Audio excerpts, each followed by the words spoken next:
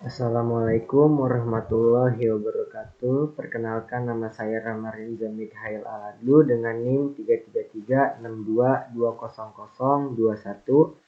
Saya dari kelas A K3. Di sini saya akan mempresentasikan mengenai analisis video kesehatan keselamatan kerja yang sudah diberikan oleh Bu Siti Asya. Yang pertama ada pekerjaan ruang terbatas. Ruang terbatas adalah ruang yang cukup besar di mana seorang pekerja dapat memasukinya sebagian atau seluruh badannya dan mengerjakan tugasnya di dalam ruang terbatas tersebut. Ruang terbatas ini memiliki keterbatasan jalur masuk maupun keluar yang tidak dirancang untuk tempat kerja berkelanjutan atau terus-menerus di dalamnya.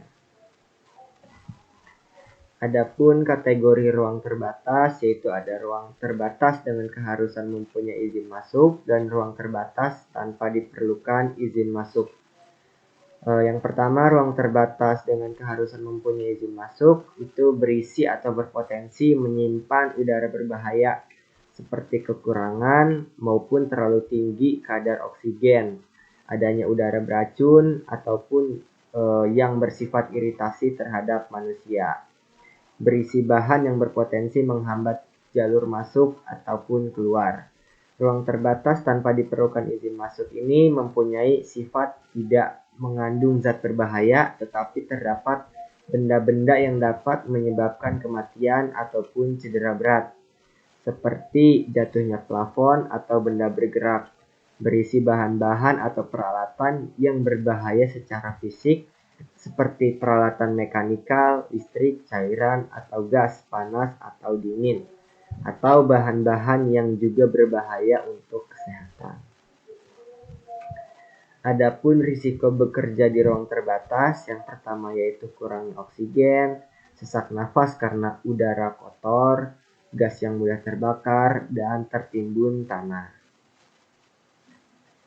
Penyebab kecelakaan di ruang terbatas, biasanya adanya peralatan mekanikal yang bekerja tanpa disengaja, cairan dan gas yang berbahaya masuk ke ruangan melalui ruangan yang terbuka tanpa disengaja, udara yang berbahaya di dalam ruangan, dan tidak ada petugas jaga di luar ruangan, penyelamatan dan tindakan darurat yang kurang terencana dengan baik, ventilasi yang kurang sehingga dapat terjadi dehidrasi. Adapun faktor risiko manual, material handling, dan mechanical material handling. Yang pertama itu sikap tubuh yang dipaksakan atau postur canggung, kayak seperti membungkuk, jongkok, dan berlutut. Adapun gerakan berulang seperti mengangkat objek kerja. Yang ketiga, pengerahan tenaga yang berlebihan, seperti membawa beban yang berat. Yang keempat, ada pressure point, seperti menggenggam beban dan bersandar pada permukaan yang tajam.